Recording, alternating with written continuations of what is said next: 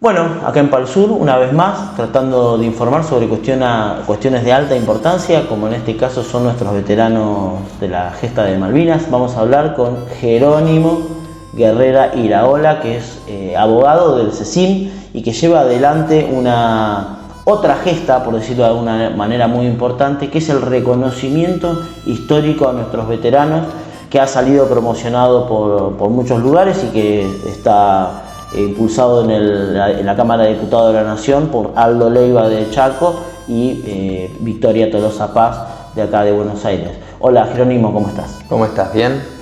Yo muy bien, contento y gracias por habernos recibido en este lugar tan hermoso. Quería que nos comentes de qué trata esto del reconocimiento histórico y cómo surge. Bueno, justamente como bien lo caracterizabas, el proyecto de ley que presentaron Aldo Leiva y Victoria Tolosa Paz tiene que ver con el reconocimiento de una deuda de la democracia, con la posibilidad de entender Malvinas, la guerra de Malvinas en un contexto y sobre todo lo que fue el periodo de posguerra. Entendemos que este proyecto viene a saldar una deuda, como decía, democrática, que estuvo caracterizada por un abandono de los excombatientes, de aquellos jóvenes soldados conscriptos que fueron trasladados al lecho bélico por parte del Estado Nacional y que una vez finalizada la guerra e incluso ya con el ingreso, digamos, dentro del sistema democrático, no encontraron en el Estado una respuesta fehaciente y fidedigna que pudiera permitirles afrontar aquello que les había sucedido. Este abandono fue un abandono cruel, fue un abandono que se caracterizó justamente por situaciones de muchísima desidia estatal, digamos, jóvenes que no conseguían trabajo, que tuvieron que ocultar su condición de excombatiente para poder eventualmente ingresar a un empleo. Jóvenes que no tenían acceso a la vivienda, jóvenes que habían sido eventualmente heridos y que no podían atenderse médicamente, jóvenes que fueron privados de sus derechos. Ya la guerra en sí, nosotros la caracterizamos desde el Centro de Excombatientes Islas Malvinas La Plata como un capítulo más de la dictadura cívico-militar. Nosotros entendemos que la guerra nos alejó de Malvinas en términos geopolíticos, en términos estratégicos. Entendemos que los soldados conscriptos, los excombatientes de Malvinas, soldados que para 1982 estaban realizando el servicio militar obligatorio, constituyeron la última víctima colectiva de la dictadura cívico-militar y desde ese lugar, estos 10 años que comprenden desde el advenimiento de la democracia, si se quiere, o el final de la guerra, dependiendo qué hito uno tome para esta caracterización, hasta principios de la década del 90, que se instituye, digamos, una pensión específica, pero cuyo decreto reglamentario lo que hace es cercenar el derecho, porque la ley, fíjate qué paradójico, cuando se instituye esta pensión se lo hace por la condición de excombatiente, y sin embargo el decreto reglamentario cercena el derecho, porque cuando se es excombatiente a partir de la finalización de la guerra, digamos, claro. Cuando se combatió en Malvinas, a partir de haber sido llevado a la guerra, de haber estado en el Teatro de Operaciones Malvinas y demás. Sin embargo, el decreto lo que dice es que esa pensión tendría lugar desde el momento de la solicitud de la misma, con lo cual allí hay unos aproximadamente 10 años en promedio de abandono total, y ese abandono implicó no solo para los excombatientes, sino también para sus familias, muchísimos años de postergación que obviamente impactaron en la vida de este colectivo. Bueno, hoy ustedes lo que están pidiendo entonces es un resarcimiento económico, porque obviamente es una hasta cuestión simbólica, producto de estos 10 años de abandono. Comentanos que económicamente qué significaría para cada veterano. ¿Tiene una estimación? Sí, está estipulada por la ley, son 104, digamos, jubilaciones mínimas, con lo cual ese es el estipendio que recibirían, pero más allá de lo económico, que obviamente es el modo de cuantificar en todo caso el resarcimiento, nosotros entendemos que la dimensión principal tiene que ver con lo simbólico. Si bien hay compañeros excombatientes en distintos lugares de la República Argentina a quienes les cuesta mucho todavía llegar a fin de mes, o que han tenido situaciones muy gravosas en su vida, partieron de un punto distinto a los demás, a quienes no fueron a la guerra, ¿no? Pero más allá de eso, y obviamente teniendo en consideración esta situación, entendemos que el corazón de este proyecto tiene que ver con el reconocimiento simbólico, con este pedido de disculpas del Estado argentino por haber omitido durante 10 años el haber tendido una mano a aquellas personas a quienes llevó a la guerra. Con lo cual, respondiendo a tu pregunta, sí, son 104 jubilaciones mínimas para el caso en que salga, y siempre y cuando no reciba algún tipo de modificación, ya sea para más o para menos, pero más allá de eso, a nosotros nos interesa puntualizar esto, que aquí hay un ofrecimiento público de disculpas, y por eso es tan importante que avance este proyecto, porque estas deudas que van quedando con distintos colectivos van impidiendo que democráticamente consolidemos mejores basamentos para el desempeño institucional de nuestro país. Yo leí el proyecto, que está muy bien logrado. Vos el proyecto redactado dice: para aquellos que estuvieron en efectivas acciones de combate en el Teatro de Operaciones de Malvinas. Vos sabés que hay un tema con los que se denominan continentales. ¿Estos estarían incluidos? ¿Se consideran veteranos? ¿Cuál es la posición del CECIN con respecto a estas personas que prestaron servicios desde el continente? Hay dos caracterizaciones importantes del proyecto. El primero es que es para excombatientes, para soldados que para 1982 estaban realizando el servicio militar obligatorio. ¿Por qué? Y esto tiene una explicación muy simple, muy clara y con un profundo sentido político. El personal militar fue a Malvinas cobrando un sueldo y volvió de Malvinas cobrando un sueldo, y optó por la carrera militar, y cuando uno opta por la carrera militar, dentro del horizonte de posibilidades está el de eventualmente participar de un conflicto bélico. Recibió asistencia médica antes, durante y después en carácter de militar, y tuvo, no sé si llamarlo beneficios, pero sí los derechos reglamentados para el personal militar. Los ex soldados conscriptos, los colimba, no.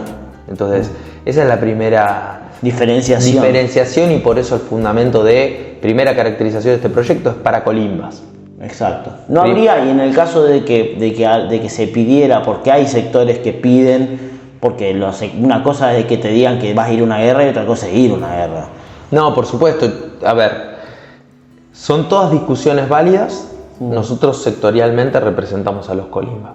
Claro. Luego hay otros ámbitos para dar la discusión. Yo creo que todavía queda pendiente una revisión sobre lo que fue la guerra de Malvinas. Yo también participo como abogado de las causas en las que se investigan, por ejemplo, las torturas que sufrieron los soldados conscriptos a manos de miembros de las Fuerzas Armadas.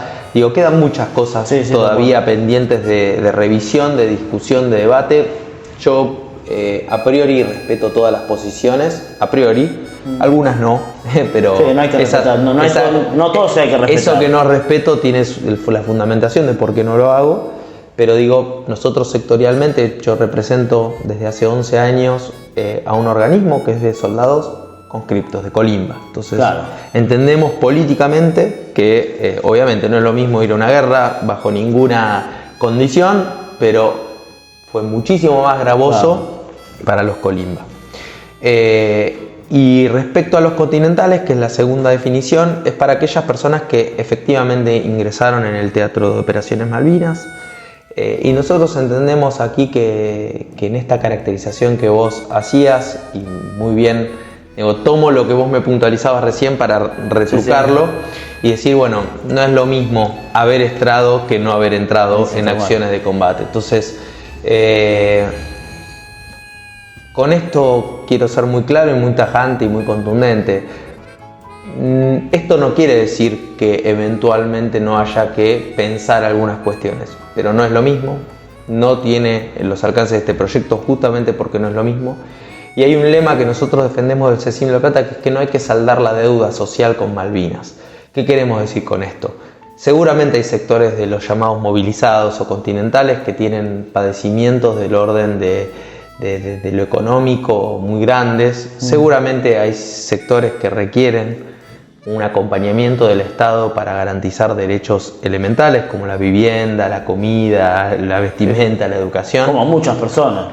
Pero como muchas personas. Entonces, lo que decimos es, no saldemos la deuda social con Malvinas. ¿Hay deuda social? Sí, hay un montón de deuda social. Los datos de pobreza actuales nos llevan a pensar que hay muchísimas personas para con quienes el Estado está en deuda. Y eso tenemos que ponerlo de manifiesto porque si no estamos mirando otra película. Ahora, por esto vamos a englobar a todas las personas dentro de los reconocimientos o dentro de las reparaciones relacionadas con la Guerra de Malvinas. No. Porque con el mismo criterio de los continentales, si lo utilizásemos como un criterio válido, tendríamos que también eventualmente contemplar a las y los docentes que hacían simulacro en la Patagonia de bombardeo, que tenían la incertidumbre de no saber si iban a ser bombardeados o no, apagar las luces. Bueno, todas estas personas padecieron, por supuesto que padecieron como los continentales, por supuesto que padecieron como los continentales, y no por ello vamos a pensar que están en idénticas situaciones que aquellos soldados conscriptos que entraron efectivamente en combate. Con esto, y quiero ser muy claro también, permitime explayarme un poco, sí. Yo con esto no estoy negando los padecimientos, ni estoy negando las situaciones que cada uno efectivamente haya sentido. Claro. Son válidas, son legítimas. Digo, el soldado que estaba apostado en territorio continental y que eventualmente tenía la incertidumbre que iba a suceder con su vida, sin lugar a dudas la pasó mal. Y yo no quiero ser irrespetuoso porque no había nacido, porque no viví y porque no puedo arrogarme el sentir de algo que no atravesé efectivamente. Sí, hay definiciones al momento de delinear políticas públicas que tienen que ser claras y una cosa no quita la otra. Que yo pueda comprender el padecimiento, que yo pueda comprender la angustia, que yo pueda comprender la situación específica, no necesariamente me va a llevar a pensar que un marco regulatorio para personas que hayan estado en acciones de combate pueda ser extendido a la totalidad. Bueno, acá también dice de que una cosa también interesante, esto aplica a todos los veteranos de guerra, a todos los que estuvieron, que están vivos hoy, y a los familiares. Y a los derechohabientes. A los derechohabientes. Comentanos cómo es esto. A todos los excombatientes. A los excombatientes que estuvieron en acciones. Hacer esta diferenciación porque nosotros desde el CECIM no nos identificamos con la idea del veterano. Eso es una caracterización. Sí. Nosotros somos un centro que nuclea excombatientes. Yo soy el abogado del centro, no fui excombatiente, yo nací en el 86. Quiero ser claro también con esto, pero digo, es una primera definición. Nosotros no nos inscribimos dentro de esa identidad. No la negamos, yo particularmente no tengo nada que decir respecto a la caracterización como veterano, simplemente no es una caracterización que yo haga propia para construir mi identidad. Yo defiendo excombatientes. Excombatientes para nosotros son los soldados clase 62, 63 y algunos otros de otras clases que estaban con prórroga producto de sus estudios, alguna otra situación particular, que estaban realizando el servicio militar obligatorio y fueron llevados a tomar parte de las acciones bélicas de la Guerra de Malvinas. Sí. Nosotros los caracterizamos como una tragedia. Para nosotros, otra definición importante, y ahora vuelvo a lo de los derechos habientes. Para nosotros Malvinas no fue una gesta. No fue una gesta tampoco heroica. ¿Por qué? No negamos que haya habido actos de heroísmo por parte de los soldados conscriptos y de algún eventual personal militar. Simplemente nosotros entendemos que la Guerra de Malvinas como definición de un Estado no puede ser nunca concebida en términos de gesta patriótica porque quienes estaban al frente del poder en ese momento no solo eran unos genocidas, estaban desplegando acciones del terrorismo de Estado, sino que además fueron profundamente entreguistas en términos de soberanía. Digamos, quintuplicaron la deuda externa, destruyeron la matriz productiva argentina, realizaron acciones que van en contra de pensar un acto anticolonial, decolonial, como queramos pensarlo. Y por otro lado, nosotros entendemos desde una historización que al menos comienza en 1833 con la usurpación británica en adelante, que la guerra como hecho, como definición de la República Argentina nos alejó de lo que geoestratégicamente estábamos pensando en términos de política de recuperación de las islas. Hablas del proceso que tenía que ver con las Naciones Unidas y todos los fallos que lo... Claro, la resolución 2065, 3160. Claro, que viene con posterioridad a lo que nosotros llamamos uno de los actos más interesantes de la política exterior argentina, que es el alegato Ruda. Digamos, ahí uno puede ver claramente un posicionamiento del Estado defendiendo la soberanía, alegando ante organismos internacionales, comité de descolonización, obteniendo resultados específicos y pensando la integralidad territorial y pensando el pleno desarrollo de nuestros intereses. Digo, la guerra nos alejó de todo eso. Para el momento de la guerra nosotros teníamos vuelos a Malvinas, nosotros atendíamos en nuestros hospitales a los isleños y eso se iba generando un sincretismo que a nuestro juicio iba a terminar acercándonos al posicionamiento argentino. Además, el Reino Unido para ese entonces tenía entre sus caracterizaciones o planificaciones a largo plazo la posibilidad de sentarse a dialogar tal como lo establecía la 2065, y lo que terminó sucediendo es lo que sabemos. Después de la guerra ellos instalaron la hipótesis de la amenaza militar y desde allí sostienen en nuestro territorio, en nuestras Islas Malvinas, que son parte, y voy a hacer propio una charla que teníamos con anterioridad, que forman parte de una de las provincias, la provincia más extensa de nuestro país, el centro geográfico de nuestro país, que es la provincia de Tierra del Fuego, Antártida e Islas del Atlántico Sur, mantienen con la amenaza militar la base más grande de la OTAN en el Cono Sur. Todo el continente. Que es una amenaza a todo el continente. Entonces, eso fue la guerra de Malvinas. Con lo cual, excombatientes, para nosotros no fue una gesta, los excombatientes fueron la última víctima colectiva de la dictadura, más allá de que esto no excluya que la solidaridad, la entrega y el compromiso de los soldados haya sido heroica, digamos. Con esto quiero separar la paja del trigo. Luego, por eso decís vos lo de que no son vos no crees en la veteranía. Claro, entendemos nosotros que eso nos lleva a pensar en Malvinas en clave de gesta, digamos que es hablar de veteranos sería asociar a gesta. Claro, y asociar a una acción bélica, digamos, los militares con esto fueron muy perversos porque ellos malversaron la cuestión Malvinas y tocaron una fibra muy cara al sentimiento del pueblo argentino. Entonces es muy difícil separar la paja del trigo. Nosotros lo hacemos, muchas veces somos muy criticados por esta posición y yo me hago cargo de eso, pero bueno, forma parte de nuestra construcción ideológica. Y respecto a lo de los derechohabientes que vos me preguntabas, tiene que ver con esto, con que el proyecto es para excombatientes, es para excombatientes que hayan entrado en acciones de combate, pero además para sus derechohabientes, porque esos 10 años, miren, hay un documental muy bueno que lo produjeron los hijos del CECIM, los hijos e hijas, mis compañeros, amigos, Martín Carrizo, Manuel Giordano, Camilo Giordano, Francisco Marano,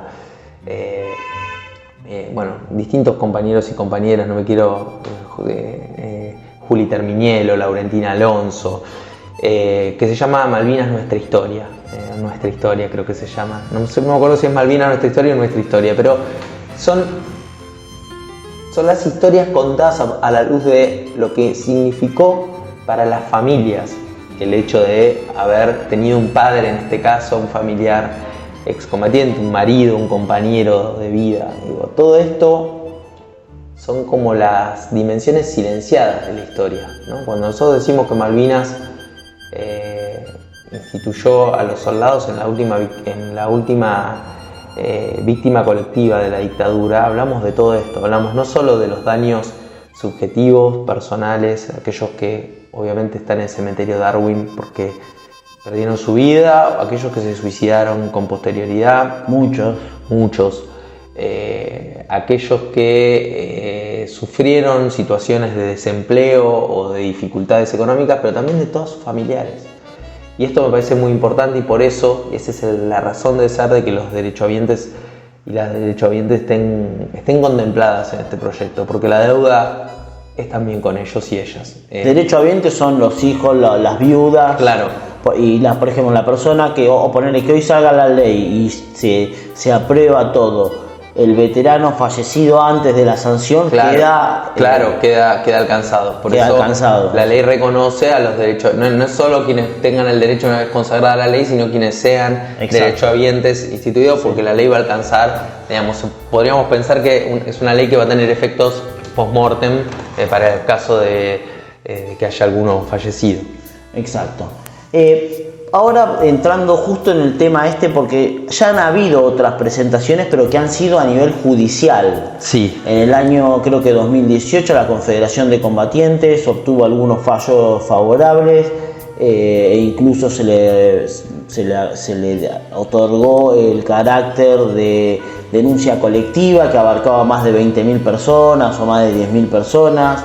Eso está hoy en día trabado y piden más o menos lo mismo, con la única diferencia es que ellos piden, en vez de 104 meses o haberes, piden 130. ¿Vos cuál ves la diferencia estratégica de esto? ¿Qué te parece esa denuncia? Porque eso en teoría está por salir. Sí, varias cosas. No está por salir, no es tan sencillo. Segundo, la opción judicial siempre es una opción. Nosotros, este proyecto tiene como corazón y basamento la idea de que el decreto reglamentario, la ley que instituye la pensión, que limita la percepción de la pensión al momento de la solicitud de la misma y que comió esos 10 años, es inconstitucional. Si a vos la ley te está dando un derecho y te lo está consagrando desde la adquisición del estatus de combatiente, y a vos te lo están limitando por vía de decreto reglamentario, y bueno, la verdad es que es un decreto pésimo, es un decreto que tiene muchísimas falencias y que legisla, porque legisla restringiendo. No dice, bueno, para reclamar esto usted tendrá que presentar esto y la autoridad de aplicación será aquella y tardará 180 días te está diciendo, no, a partir de este momento te está comiendo 10 años el decreto. La vía judicial es una vía, una de las tantas vías. Yo creo que la vía judicial, el problema que tiene es que deja libradas cuestiones de política de Estado, el impulso individual o colectivo o colegiado que uno pueda realizar de determinados temas, y que depende mucho de los criterios de los jueces, y que depende mucho de los criterios de la Corte Suprema, y que depende mucho de un montón de variables que se resuelven por vía legislativa. Y además me parece que es un problema para el Estado también, porque cuando uno piensa en un derecho que debería ser consagrado legislativa o judicialmente, o sea, yo creo que las acciones judiciales en trámite, que para el caso que salga la ley, se van a tener por desistidas. Claro, sí, dice acá en el artículo. Digo, la diferencia es que acá estamos hablando de 104 haberes, y que judicialmente se puede pedir más, esto que vos decías de los 130, pero además tenés que hablar de intereses, de costas, y un montón de otros rubros que van a terminar encareciendo muchísimo el pago de un reconocimiento por parte del Estado. Entonces, existiendo y constatando la presencia y la existencia del derecho, entendiendo los alcances del derecho y demás, lo mejor, lo más eficiente, lo más justo es que se reconozca por ley, porque cuando se reconoce con ley estamos hablando de que en el ámbito legislativo, que es el ámbito que congrega, digamos, las distintas representaciones políticas de la Argentina, que es el órgano más representativo del Estado, se discuta esto y se consagre esto, es un acto de justicia en sí mismo. Yo hoy arranqué la entrevista que se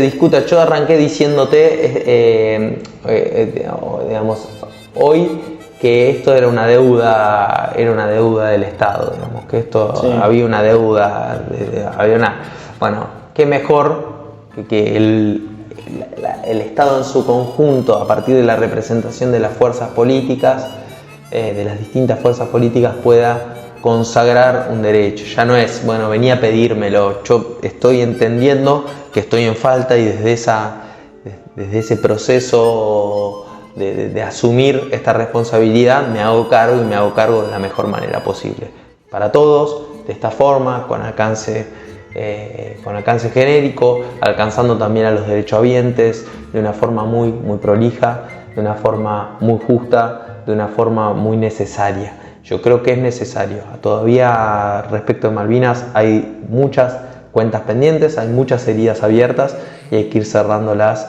en base a actos de justicia. Algunos actos de justicia se prohijan en los ámbitos judiciales, y otros ámbitos de justicia y otras expresiones de la justicia se pueden, como en este caso, consolidar a partir del debate parlamentario. Bueno, en este caso podríamos decir, para hacer como que las dos vías son son buenas para obtener un resultado, pero vos crees que la que vos estás realizando junto con el CECIM y el CBCIM se me cuesta. Sí, que se nuclean en la mesa de MECOMA. También está la ANUS, Sí, hay muchos ámbitos. Sí. Y los dos quieren lo mismo, pero uno es por vía política, que sería la vía política institucional, que es el Congreso de la Nación, y el otro lo piden por vía judicial. Te lo voy a poner en una metáfora, a ver si lo logramos. ¿Por qué pienso que las dos son vías legítimas, pero por qué pienso que la ley es más justa? Porque por vía judicial estoy peleando y lo tengo que arrancar, ¿no? Como tengo que arrancar este reconocimiento. Por la otra, el Estado está reconociendo y está haciendo justicia con nuestros excombatientes. Me parece que ambos caminos llevan al mismo puerto. Yo creo que en términos de justicia histórica, de memoria, de verdad, de justicia, de lo que implicó la guerra, la huella subjetiva que dejó en nuestros excombatientes, soldados conscriptos, que el Estado reconozca por vía de un debate parlamentario es un acto de justicia y un acto de reconocimiento histórico sin precedentes. Me parece que es algo que simbólicamente, y acá vuelvo a la cuestión simbólica, yo te decía, no es tanto lo económico, es más lo simbólico. Simbólicamente me parece que es la máxima consagración de un acto de reconocimiento simbólico. Y por último, vos que estás ahí, gestionando esto desde el Congreso de la Nación, con personas que están en el Congreso de la Nación, ¿vos crees que esto económicamente es viable? Y te pregunto esto ¿por qué? Porque ya en el año 94 el reconocimiento histórico por los 10 años se pidió, estuvo debatiéndose en el Congreso de la Nación y se trabó por una cuestión que tenía que ver con la plata. Esto está todo registrado. En el año 94 se debatió, no se lo dieron y se conformaron con la pensión que salió en el 94, que salió en el 94. Ahora, lo de la denuncia esta que hicieron a través de la vía judicial, pasó lo mismo. Es decir, se dijo que era una cuestión colectiva y se trabó por el tema de la plata porque reclamaban 100.000 millones de pesos. ¿Vos creés que el gobierno actual, la dirigencia política actual con la que vos estás tratando, el contexto actual, va a permitir de que esto salga con la erogación presupuestaria que eso va a significar? Yo no soy fiscalista, no tengo en la cabeza los números como para poder saber si es mucho o poco, porque siempre lo mucho o poco de estos números exorbitantes tiene una pregunta adicional que es en relación a qué, claro, que es mucho y que es poco, en qué se invierte socialmente o cómo se invierte el dinero, ¿no? Hasta hace unos pocos años mucho del dinero de las arcas públicas y del producido de las arcas públicas argentinos se iba en bicicleta financiera y en fuga de capitales, y eso sin lugar a dudas es muchísimo y no va a parar a salud, educación, a vivienda, a trabajo. Entonces, la pregunta sobre el costo fiscal de los derechos, todo derecho tiene costos.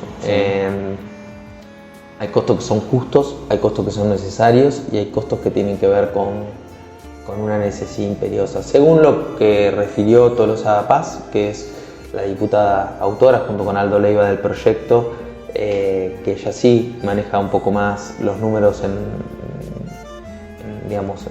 está en esa discusión, es perfectamente realizable porque esto se saldaría en 2 años y sería la liquidación de un número de pensiones que no afectaría en nada el normal funcionamiento de la Agencia Nacional de Seguridad Social. O sea, entiendo que las condiciones están. Cuando Néstor Kirchner hizo el reconocimiento histórico a los excombatientes, también Argentina estaba surfeando una crisis tremenda y yo creo que el coraje de nuestra dirigencia se mide por el nivel de los reconocimientos de derechos y el nivel de la ampliación de derechos que está dispuesta a llevar adelante. Me parece que acá no hay mucho que discutir, me parece que acá no habría un desfalco o una situación desfalco fue lo que hizo Macri. De poner en tensión las arcas públicas. En todo caso, se podrá discutir, son las cuestiones interesantes para conformar mesas técnicas y decir, bueno, esto podemos darle o encontrarle esta vuelta. Nadie acá va a generar una situación de apremio para la administración de los fondos del Estado. Me parece que todas estas son las cuestiones que eventualmente deberían integrar el debate. Yo entiendo que no hay elementos para que esto no salga, y si no saliese por alguna cuestión, quienes se opongan a esto se están oponiendo a la justicia y a la historia argentina de una forma. Y ya no son los jueces, porque los jueces, viste que estamos acostumbrados de que hayan avalado todo lo peor, sino que ahora serían los propios políticos, y con nombre y apellido. Está todo dado para que esto avance, está todo dado para que el Estado se haga cargo del tiempo que no lo hizo. Está todo dado para que este reconocimiento se consagre con justicia social plena, y está todo dado para que los excombatientes de Malvinas tengan el reconocimiento que se merecen por aquello que les tocó vivir y por cómo entregaron en muchos casos su vida por todos nosotros y todas nosotras. Bueno, muchas gracias. Gracias a ustedes.